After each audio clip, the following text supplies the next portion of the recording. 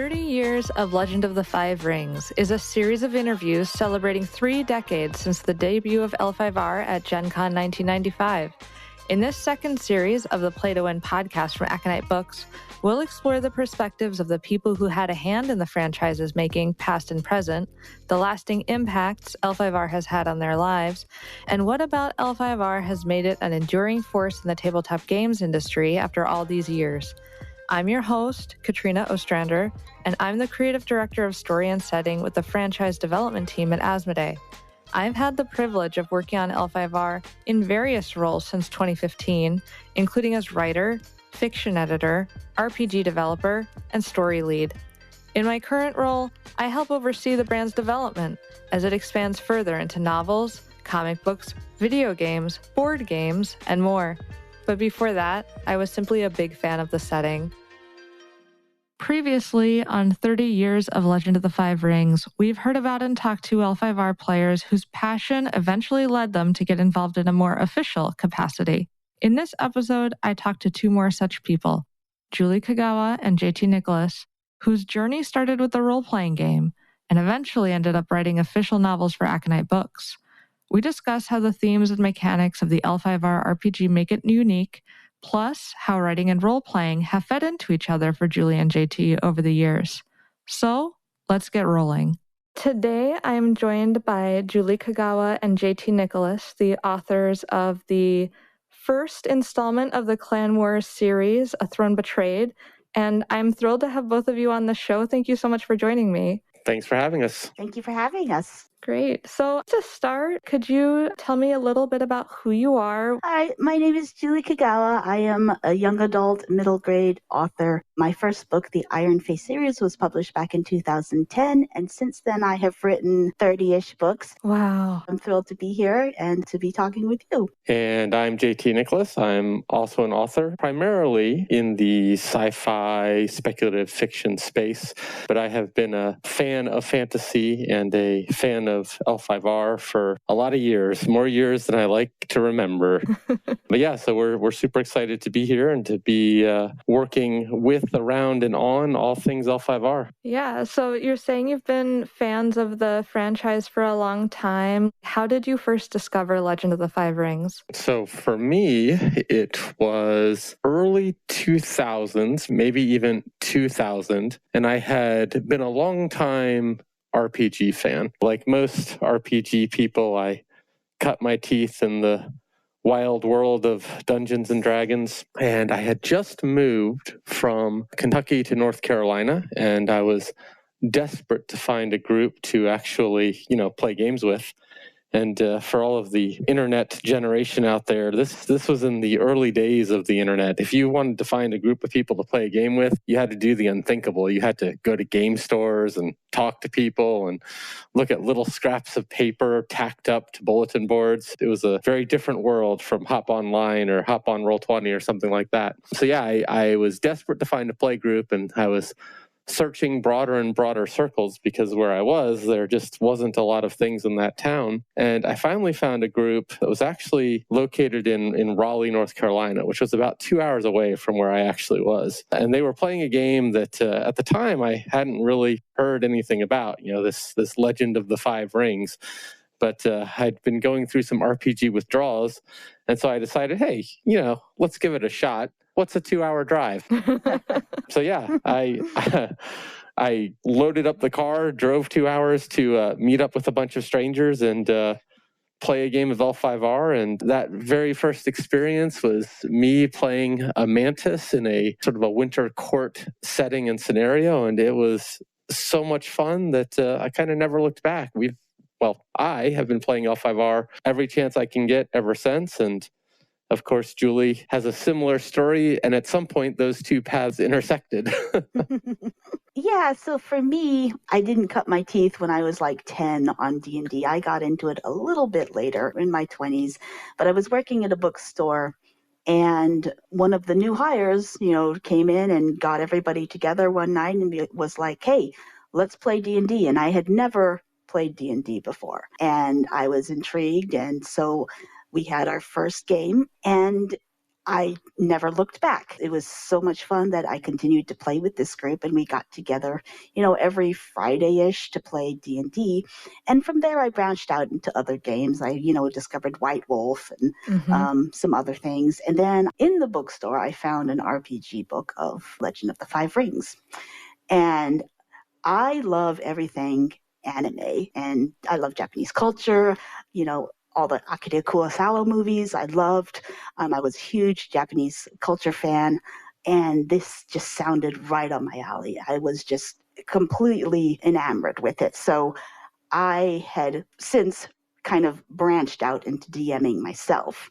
So I decided I wanted to put together an L5R campaign. And we met at my roommate's house every Friday, and we played from like 12 a.m. to 3 a.m. in the morning, like Those the good were old the days. Maybe days. the good old, like we got off, everyone got off work. We worked at Books A Million. Everyone got off work at 11. And we all went to my house and we played L5R. And that campaign lasted a year. And it was like one of the best things I've ever done. It actually ended with the group fighting Shahai, the Dark Daughter, and defeating her. And that was like the end of the campaign. So it was very memorable. Yeah. Both of those sound like really kind of going in on the deep end a little bit, like in terms of having a mantis character at a winter court. I guess was the whole campaign, Julie, was it deeply like magical and lots of like folklore? And there was lots of, Shadowlands creatures. The campaign was called The Dragons of Heaven and the Dragons of Earth. And it was like a homebrew campaign, and lots of magic, lots of fighting evil, and, and the fun political side of our Rokugan as well. Yeah. So I guess I'm curious, both of you are professional writers. Were you writing before you were role-playing? Technically for me, yes. I remember the first short story I wrote was a school assignment in like 4th grade. I bought the first, it wasn't my money, it was parent money, but let's say it was either red box or blue box D&D in like, I want to say 1988 or 89, somewhere in there. So the two overlapped pretty heavily, but I think technically I wrote something.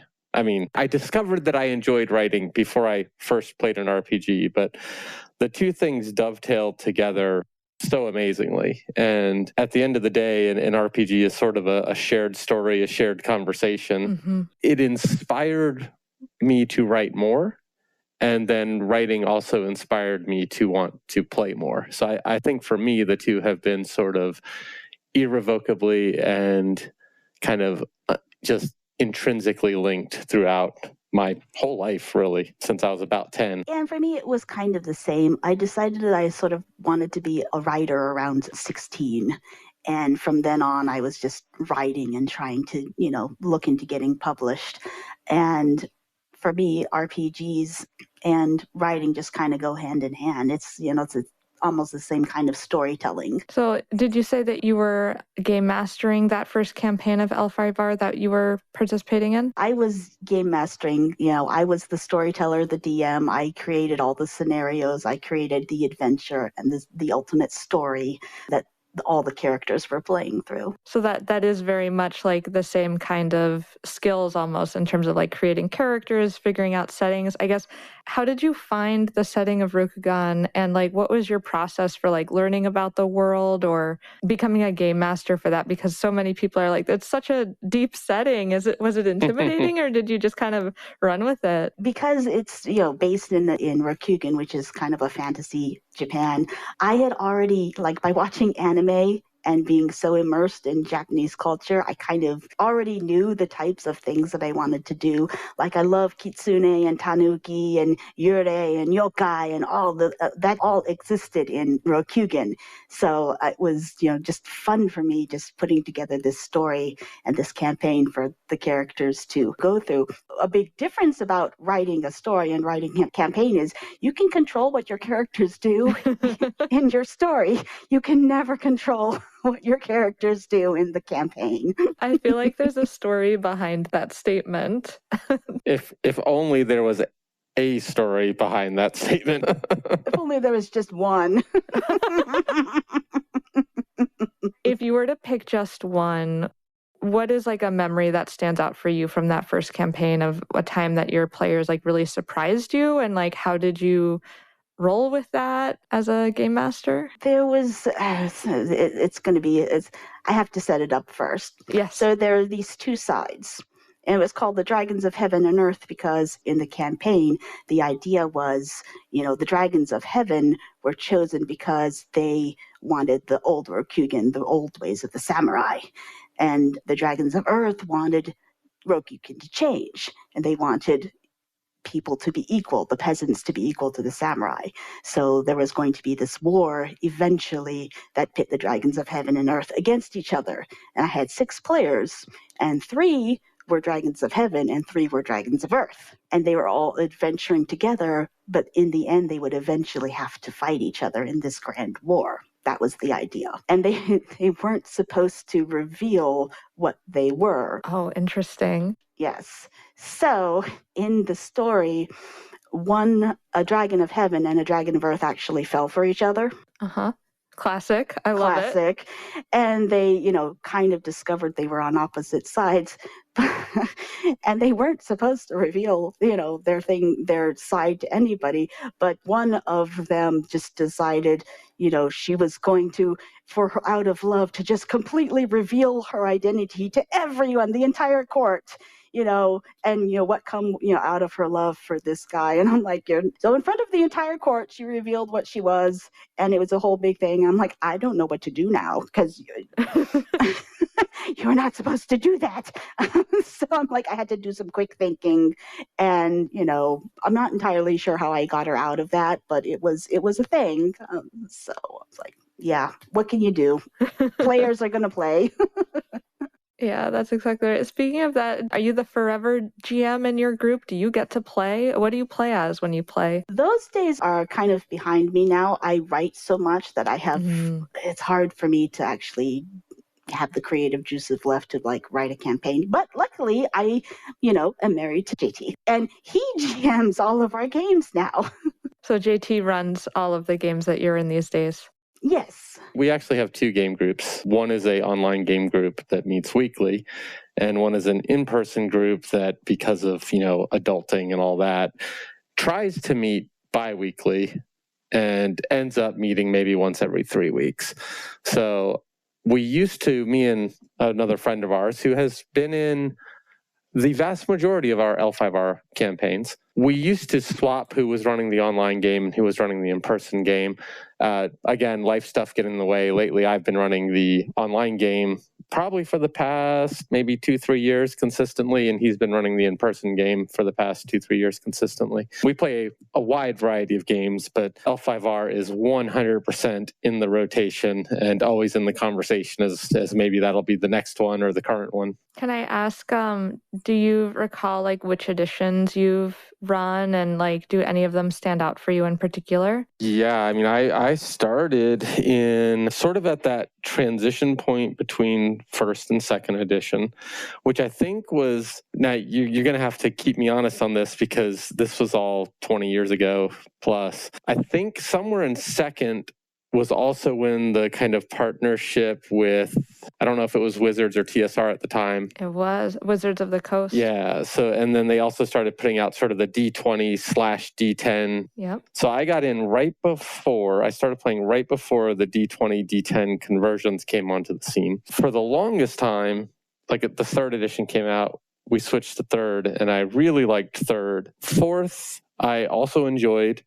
I thought 4th did some of the things a little better, like some of the mass combat kind of stuff. But so far, the Fantasy Flights version, or 5th edition, or whatever we want to call it, I think it has done maybe the best job of capturing flavor and feel and introducing new mechanics while still keeping because what we loved so much about the earlier editions, especially compared to the sort of D20 variety, was the idea that you had the roll and keep system, which, from this is nerdy, but from the mathematician perspective, forces an average to the mean, right? So you're not you're not going to roll a 20 and a 1 with the equal probability. If you're doing a dice pool and a roll and keep, your character skill matters a little bit more than just the odds of dice rolling. And I thought that 5th edition in particular did a really good job of keeping that, because you still got to roll a dice pool, you still got to roll and keep, your skill and your ring still mattered.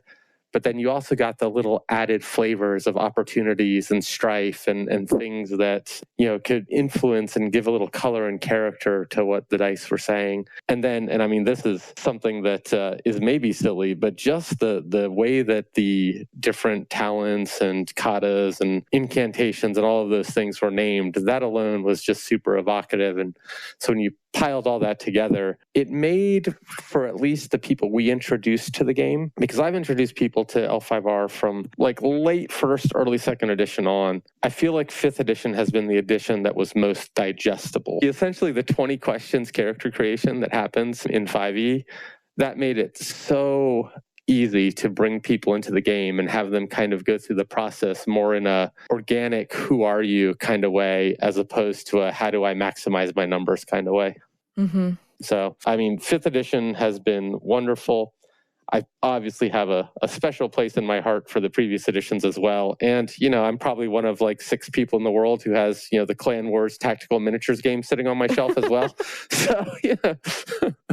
For these games, when you're playing them and when you're running them, a lot of times, like one of the adages in the books is like, this is your Rokugan, this is like Rokugan your way. And there's always been like different optional rules that you could include or not, depending on what timeline you wanted to play, or I guess in Julie's case, like what kind of themes and motifs, like, that's a really cool campaign and I want to play in that. Like, that sounds phenomenal. Before you started inventing new things, such as for the Clan Wars novel, are there any like homebrew clans or families or pieces of lore that you were really proud of from your time, like running the games or even participating? One of the sort of underlying plot threads in the game before the last L5R campaign we played, so not our most recent L5R campaign, but the one before that. One of the sort of complicating factors was this subplot by the Kolat to essentially bring in black powder firearms and smuggle them in to the Emerald Empire and use them as sort of this equalizing tool for fighting off the much better trained and equipped samurai. And it was sort of this whole underlying, homage to the Meiji Restoration and the Last Samurai, and having the player characters kind of engage in and play through that. And I'm trying to think if that was an actual thing that might exist somewhere in the lore, but it was something that we kind of pulled to the forefront in that campaign a little bit. And it made it just kind of this interesting new ways versus old traditions, not dissimilar from what Julie was saying in her Heaven and Earth campaign, but it was a fun little wrinkle to have, the guy charging forward with his katana, and, there's the poorly trained peasant, but armed with a flintlock musket. And, what do you do? Yeah, that really, I think, throws a wrench kind of like in the settings, like assumptions about itself, like how society is built. But I think maybe there would have been a little bit of black powder introduced in the AEG canon. So for me, I remember like in the Longish campaign, I was writing a book at the same time I was running that campaign. And L5R inspired me. L5R in anime was so inspiring that I was writing a Japanese fantasy novel. And in the campaign, I had the characters meet someone from the Fox clan who was an actual kitsune. And they also met someone from the Scorpion clan who was a ninja, shinobi. And those 2 characters were actually 2 characters from my book. Yeah, so in that case, your Rokugan your way was more, where is the intersection of your game and your, well, at the time, not your job, but not too much long after that, your job. Yeah, and it was really cool because that book, my agent tried to sell that book and couldn't to any of the publishers. I went on to publish the Iron Face series, which was my first series back in 2010. Years later, I dusted off that old book, came to my editor and said, hey, this story, what about this story? And she's like, yeah, that sounds interesting. Write it for me. So I rewrote that old story and they published it. And so now that series is called Shadow of the Fox. And it's like one of my personal favorites that I've written, but it was absolutely inspired by L5R and Rokugan all those years ago. I had no idea that it was like the seed of that manuscript came about at the same time, or you were writing the original draft at the same time that you were game mastering. I guess that sounds like a series that a lot of our listeners would be interested in. Could you give us just like the elevator pitch for if people want to check it out? Sure. So the elevator pitch is set in the world of Iwagoto, which is a mystical Japan, much like a certain other land. But the main character is a kitsune who discovers that 1,000 years a dragon rises to grant one person a single wish. And the time is arising for the dragon to rise again. So all of these factions and forces are after the scroll that will summon the dragon. And she has been tasked with guarding it to make sure it doesn't fall into the right hands. But then she meets a ninja who has been sent to retrieve the scroll and kind of has to hide it from him as well, while also traveling with him. So together they kind of adventure across this land fighting yokai and yurei and all sorts of creatures from Japanese folklore to protect this scroll to summon the dragon. The first book is called Shadow of the Fox. Awesome. So check that out if you are interested in more folkloric, magical, Japanese-inspired works of fiction. L5R inspired. Yeah, very, very heavily L5R inspired. It was the sort of kick that said, ooh, this is the kind of thing that exists in the world that I could write. Because I don't think before that you were writing more Japanese-inspired fantasy. I think you were writing just more general fantasy at that point. Before I picked up L5R, I was writing more just your standard medieval castles and kings style fantasy. Which is one of the things that I think is so great about L5R, even in those earlier editions, for all the warts, let's say, it definitely opened up a bunch of people's eyes to a kind of play space and a worldview and an entire realm of things that were a break from sort of the Tolkien-esque kind of fantasy. I had never encountered anything like L5R before, and I was like, oh, this is just everything that I've ever wanted. And you work in a bookstore, so that's right. Work in a bookstore.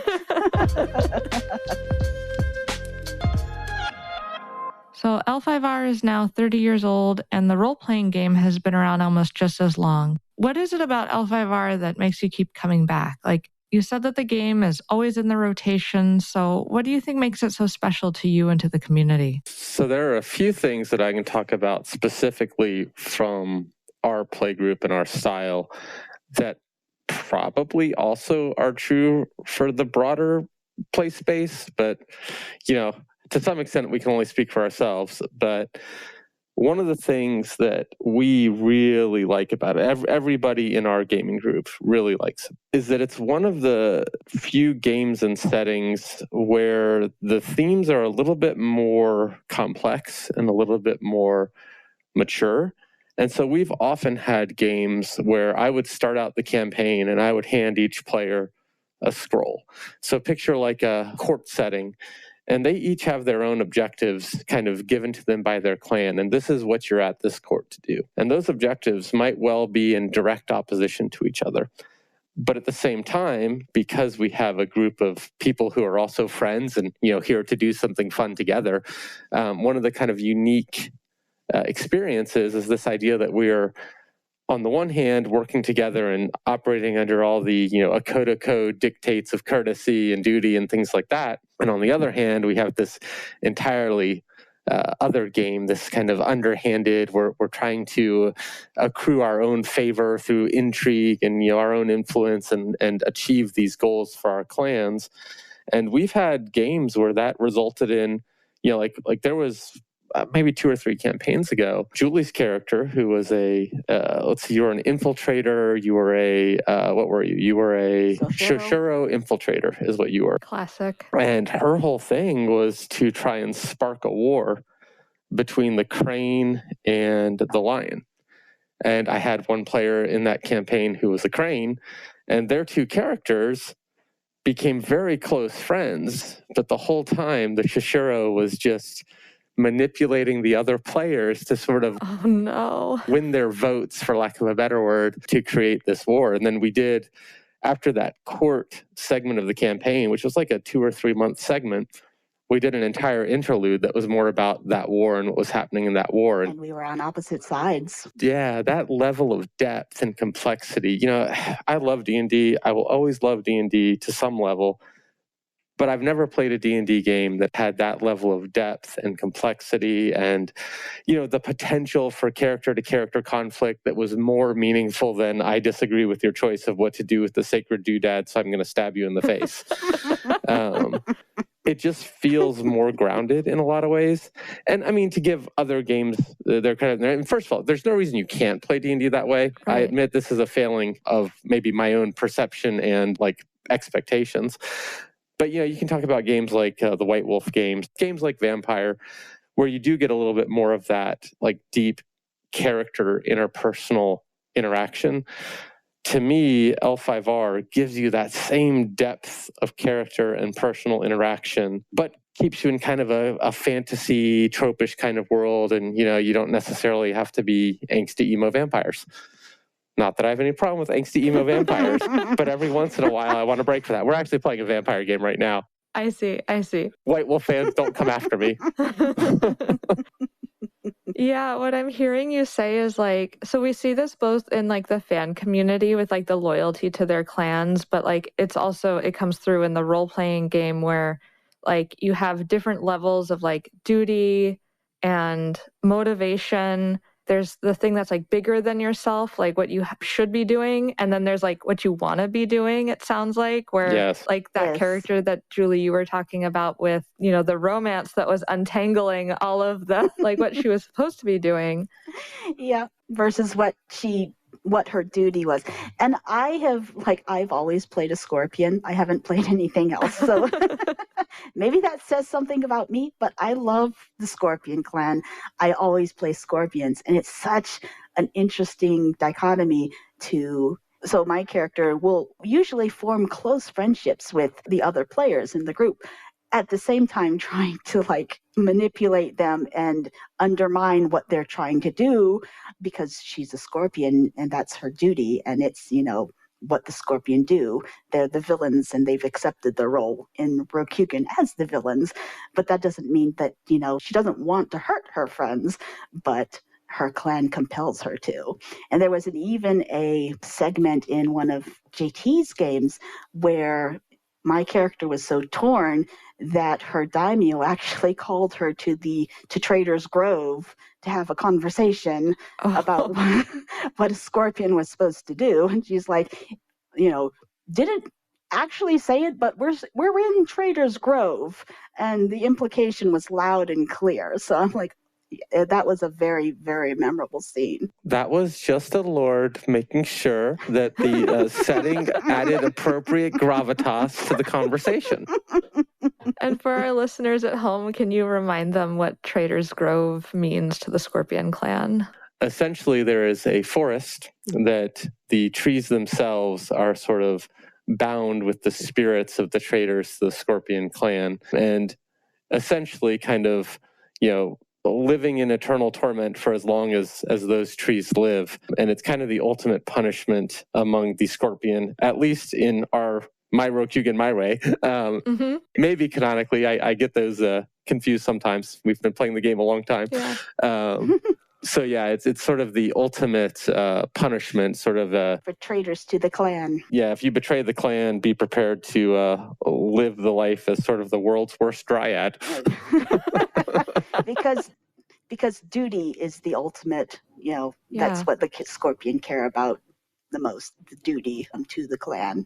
Which maybe that was always a thing in L5R2. I again, as you get older and you reread books and your mind sort of focuses on different things. When I was reading these books as a 18, 19, 20-year-old, my mind was thinking, oh, cool, swords and magic. Reading them as a 40-something-year-old, there's a lot more focus on isn't it interesting that each of the 7 great clans is tied to one of the different duties or one of the different aspects of the Aconyte Code, and what a great tool that is. And I don't know if that fully came into being in 5th edition or if it was kind of always there and I just kind of glossed over it, but that is one of the things that I really, really liked about 5th edition, and another one of those things to give players to sort of hang their hat on is like, hey, you're a crane.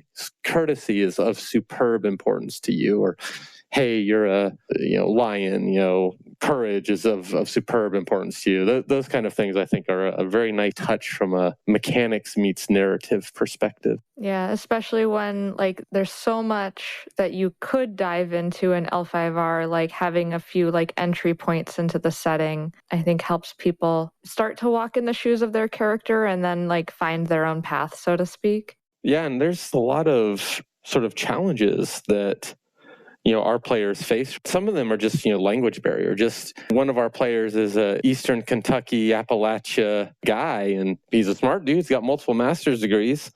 But when it came down to pronouncing and remembering the Japanese names of individuals, he just struggled and struggled and struggled. And it took to like the 3rd campaign before it started to come naturally to him. Because every time he tried to say a name, it was like a tongue twister. Like, the hollers of Kentucky just didn't really roll from the tongue quite the same way when he was trying to, get into some of the more complex names. Yeah. I mean, a lot of people come to L5R, I think, with some interest in learning the Japanese language, but a lot of people don't. And sometimes that lexicon is like quite a lot to dig through. I want to go back to you, Julie, with that character that you were talking about who had to pay a visit to Trader's Grove. Was that your favorite character? Probably her. Her name was Shoshoro Oyame. And her whole thing was, she was an ambitious scorpion, deeply devoted to her clan, and unaccidentally became very good friends with a crane. And they met often, all the time, at court, on the battlefield, and just her and the crane just formed this deep friendship. And she really wanted to be a really good friend to this crane. And at the same time, her clan was telling her, go start a war with the crane. Go make sure the crane and the lion are at each other's throats. So she's doing all these manipulative, scheming things, but she would still lay down her life for her friends, and especially for this crane. So it's like different levels of duty. So there's like the duty to your clan, but then like the duty to your friendships too. Yeah. I love how layered the Scorpion are. They're not just villains. They're not just villains. And that's why I love playing a Scorpion. I love that. How about you, JT? Is there a favorite character that you've gotten to play as in Rokugan? Yeah, I mean, and this is the, we'll call it authorial privilege. Daidoji Daisuke, who makes an appearance and plays at least a moderately important role in Throne Betrayed, was actually probably my favorite character that I've ever played, maybe in any game, but definitely in L5R. Though my Mantis is a close second. But yeah, so Daidoji Daisuke was a crane duelist. He was actually a courtier by school, but invested pretty heavily in various dueling arts. And mechanically, this would have been, I think, 3rd edition. But he was sort of the quintessential Sadane master, the crane who had mastered the art of the subtle, sarcastic flaw pointing out, and he backstory wise had a bitter betrothal that he was essentially running away from, and that was kind of explained how he got into trying to jump at every opportunity to go to various courts or to try and get into the Emerald Magistrates or whatever the case may be. But the character itself was just so much fun to play. This guy who on the surface was trying to be incredibly refined and urbane and polite, but just had a talent for the sort of barbed compliment or criticism that got slipped in from time to time. It was I'm sure I annoyed people at the table, but it was an absolute blast to play. Such a popular character. Hey, he was popular. Everybody liked him, at least as far as he was concerned. So, what was the inspiration for, bringing him into a Throne Betrayed? Partly, it's hard for me to think of L5R without thinking of that character. Like, that character had so much of a impact on me playing the game that the two are kind of intrinsically linked. It's like, if you think of an elf, part of your mind always goes to Legolas, at least mine. If I think of L5R, part of my mind always goes to that character because I just had such a good time with him. And he also represented a lot of that complexity that I was talking about earlier, because through the course of that campaign, he went from a bitter betrothal, which at the time was an actual like game mechanic disadvantage kind of thing, to evolving that bitter betrothal through the course of play to the blissful betrothal, which was actually an advantage in the mechanics at the time. And so there was this entire arc where this sort of urbane, sarcastic guy who was running away from everything, like essentially running away from his duty, right? Because that was kind of like the betrothal was what he was supposed to do. Through the course of kind of life and the game happening to him, had almost a complete reversal of his like attitudes and beliefs, and kind of came to realize a little bit of the joy and sort of the peaceful, happy life, and to kind of turn away from all these other things. So that complexity of that character and how much fun I had with him are both very tightly tied to L5R in general for me.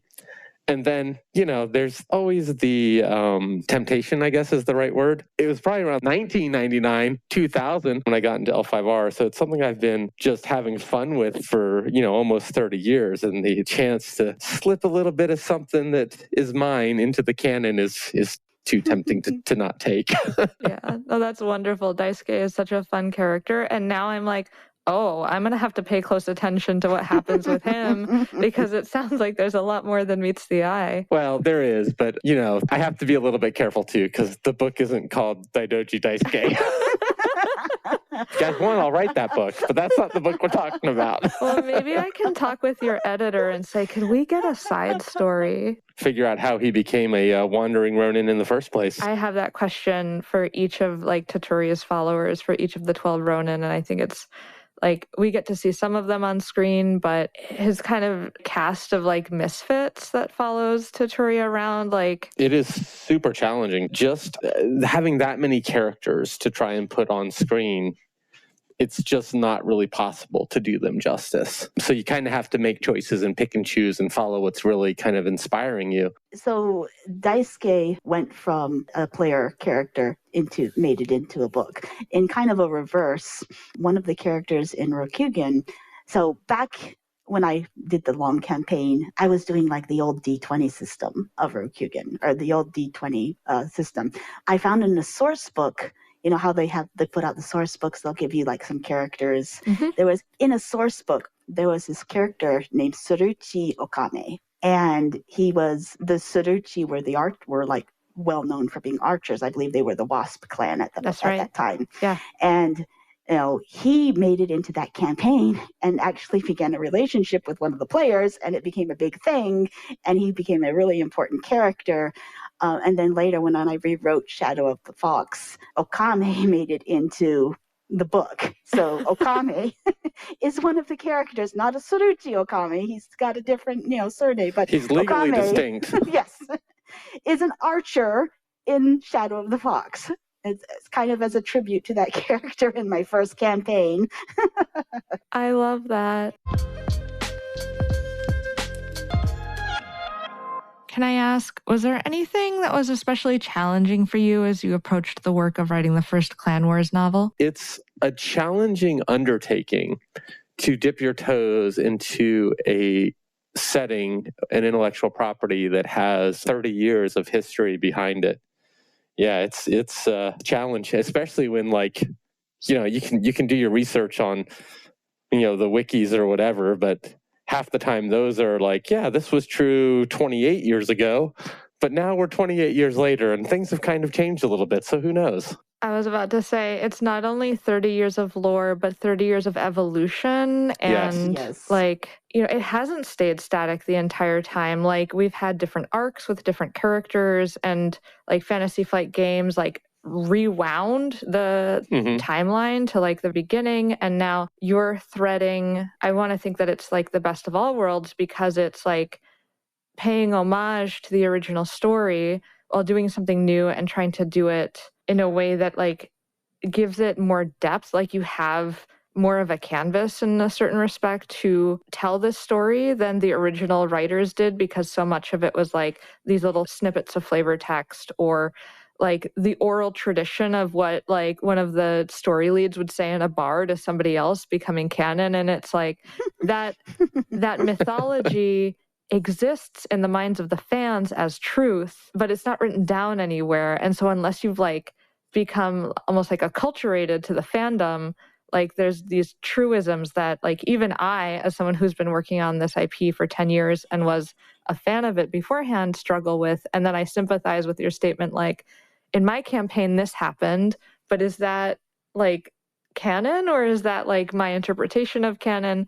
And so I think everybody who works on the IP like has that challenge of like their Rokugan versus the Rokugan. But I also think that's like, it's also a blessing because it means that we get different perspectives and we get different stories told. It's not the same tutori every time. Mm-hmm. I think that's really cool. The core is the same. Yes. It's also, I don't know, this is where my gaming history and again, like how I perceive things and how they really are might separate. But I remember the L5R card game as being one of the first card games that actually had like advancing timelines, and like the, you know, like the collectible card game having like advancing timelines and a like elaborate story tied to even the card game, and that evolving and changing. And so even aligning up or trying to align those kinds of story changes or those kind of like as the IP itself advanced to what the RPG was doing, to what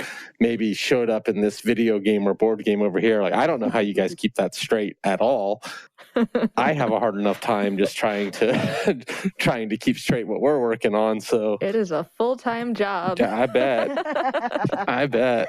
And to that point, like for some of the lore articles that have been appearing on L5R.com, like talking about the early story prizes and talking about like how do we pay tribute to some of those decisions that the fans made that really made the story. Like if you read the first like history of Rokugan from the Imperial Herald #1, it bears like very little resemblance to the history of Rokugan that was published like even just a couple years later as they were figuring out the setting. Mm-hmm. Like characters had different relationships to each other in that write-up. And so it's just like, I think that's kind of one of the beauties of the setting is that it is evolving and it evolves with the times and it evolves with the players. Yeah, I mean, L5R, role-playing in general, L5R in particular, has definitely had a huge inspiration, or has been a huge inspiration for us both in our writing, and then our writing has been a huge inspiration for us in our gaming. I mean,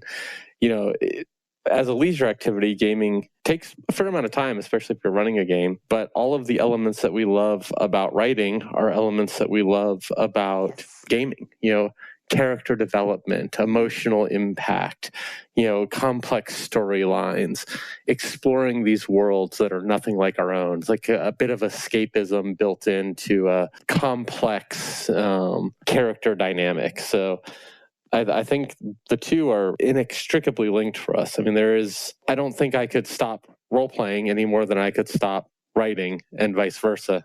And the two will always sort of feed on each other. And L5R it has such a wonderfully complex, the themes are wonderfully complex. You have these clans who at most times are kind of at each other's throats, but the players in these clans form relationships and they have to decide between their duty and what they want to do, you know, their head and their heart, so to speak. And it just becomes this wonderfully complex, story-driven, relationship-driven. It's so inspiring and, you know, has inspired me and has inspired JT. And it is kind of a cycle of storytelling and role-playing, and it's just kind of a big circle. Yeah, I would say I feel like most of the role-playing game like player base has also been inspired that way in terms of the stories of the characters stick with them. And I think that's kind of one of the diverging points from Dungeons and Dragons that we kind of keep on coming back to is like there's like that external drama of like fighting against the outside threat,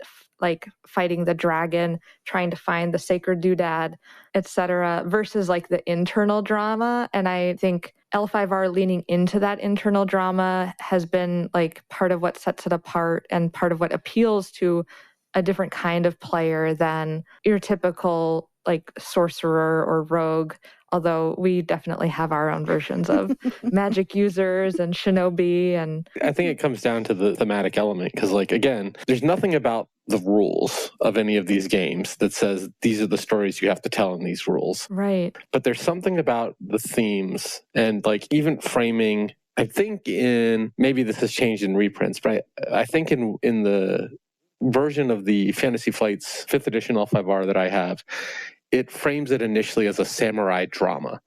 Like the kind of framework of the story is, this isn't an adventure. This isn't a dungeon crawl. This is a drama. Like we're here for the drama. And I think that alone, just even little snippets like that help to kind of reinforce those underlying themes and create a game world that does try to be more complex, more mature, more focused on relationships and internal conflict, and a little bit less focused on, kill monster, get treasure. Yeah, and I think all of those themes have really come through in A Throne Betrayed because I think that the characters are carrying that story. Like certainly, bad things are happening around them, but a lot of the bad things that are happening are from character choices and character duties and loyalties and desires. So yeah, I can't wait to see what sort of bad decisions our characters get up to in the series.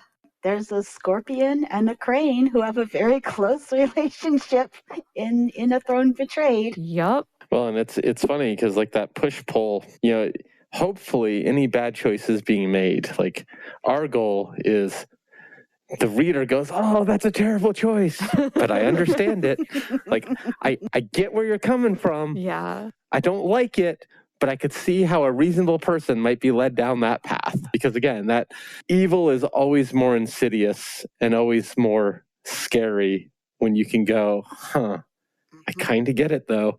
I kind of understand how you ended up there from everything that's happened and where things have led. So hopefully that will all come across as well. And again, I feel like that is another thing that is true just in the setting in general. And by proxy then in all the game worlds that we're talking about. Sure, you have the Shadowlands and you have, evil sort of represented in that kind of monstrous way. But you also have much more insidious harm. I mean, are the Kolat evil? Maybe. Do they kind of have a point? Maybe. So I don't know. I think that's one of the things that just continues to build. Yeah, it's a samurai drama. It's rich with irony and tragedy. And like it's not a power fantasy. These are characters, complex people making complex choices with consequences. Yes. Yes. And that with consequences, that's a good add. That's a very important part that makes it so much more memorable when you actually have to deal with the fallout from your actions. We had that almost crossover into the real world a little bit. The character Julie was talking about, the person playing the crane, this was the first time they played a game that had that sort of like, but we're really friends, but you also have like in game we're friends, out of game they were friends. None of the drama was out of game, for the record. In game they were friends, but then this character was kind of betrayed by their friend, and the guy playing the crane was like, well, did I do something wrong? Should I bring in another character? Like, and he was really convinced that like something had gone awry and that he wasn't playing his character right. And I'm like, nah, dude, you are operating as designed. This is exactly what we want. That's just the scorpion. Yeah, like and take all this thing that you're like, wow, this happened, and put that right back into the game, because that's the drama we want. That's the emotion we want. Yeah, it's less about winning and more about like the character journey of what's happening. Yes. 100%. This has been wonderful to talk to both of you. The role-playing game was how I first discovered L5R, so this was a chance for me to like pick the brains of other people who fell in love with the setting that way. Again, we were so lucky to have you to come and like help tell the definitive story of the clan war. But I want to just say again, thank you so much for joining me. I really appreciate your time. Absolutely. Thanks for having us. This is wonderful. Thank you for having us.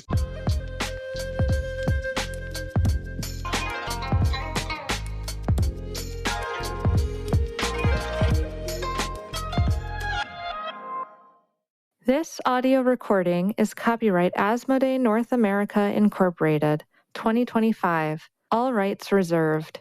Produced and published by Aconyte Books. Legend of the Five Rings and the Legend of the Five Rings logo are trademarks or registered trademarks of Asmodee North America. Stay up to date with all the news from Rokugan and sign up for the official newsletter at L5R.com. Subscribe to the Play to Win podcast from Aconyte Books for more episodes of 30 Years of Legend of the Five Rings.